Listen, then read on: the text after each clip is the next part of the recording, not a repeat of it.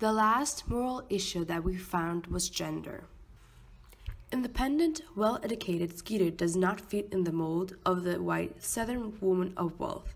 The women of her hometown are all housewives who hire domestic help to do their housework. Skeeter wants more. She's driven to be a serious writer. Her passion is her career, not becoming a wife and a mother. The black women in this town during this era are domestic help. They have limited education because they have often left school to become maids to help pay the bills for their families. Abilene and Minnie represent the typical life of a domestic.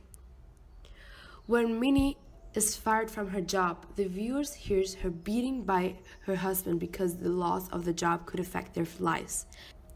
Her husband receives no repercussion for hurting her. So let's finish off The Help. The Help is a very powerful movie. The possibilities to discuss class, race, and gender inequalities were endless. Each theme can be related to events that are going on now in our world.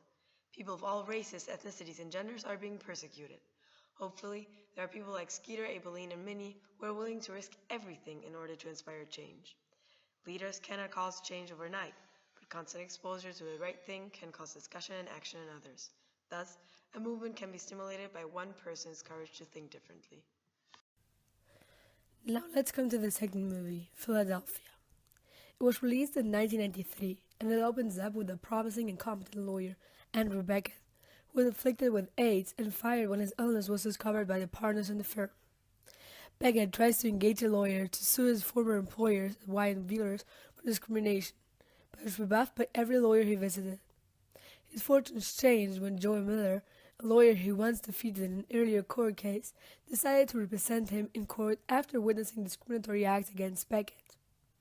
After a series of proceedings, Beckett finally succeeds in his case, setting a precedent in America.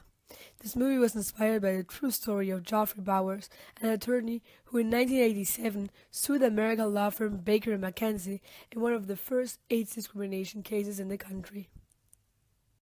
There are a few moral issues that are represented in this movie. For example, discrimination. This normal theme of discrimination based on sexual orientation and HIV status is arguably the most important ethical issue that underlines this movie. Several key events in the film illustrate this. Beckett works for a large law firm, Wyatt Wheeler. A brilliant and capable lawyer, Beckett is rewarded with a job promotion and handed an important case to work on as a recognition of his contribution to the firm. Beckett is diagnosed with AIDS and does not inform his co-workers of his sickness and that he is homosexual. After some of the senior partners were made aware of his sickness, he was wrongfully accused of misfilling important documents and was abruptly fired from his job. Accordingly, the capricious attitudes of the senior partners suggest that Beckett was unfairly dismissed because of his HIV status and sexual orientation, and not his alleged incompetence. At the scene in the library, where Beckett was researching on his case, the librarian realizes that Beckett has AIDS and curtly suggests that he retire to a private room. The librarian's insensitive gesture also lands Beckett in an awkward situation where others nearby begin to cast uncomfortable and cold stares at him. What the librarian probably means is that he and the other users of the library would feel more comfortable if Beckett isolated himself. This event particularly highlights the connection between ethical concerns regarding discrimination and social justice, or more specifically, social oppression. This raises the question of whether it is ethical to discriminate against an AIDS patient.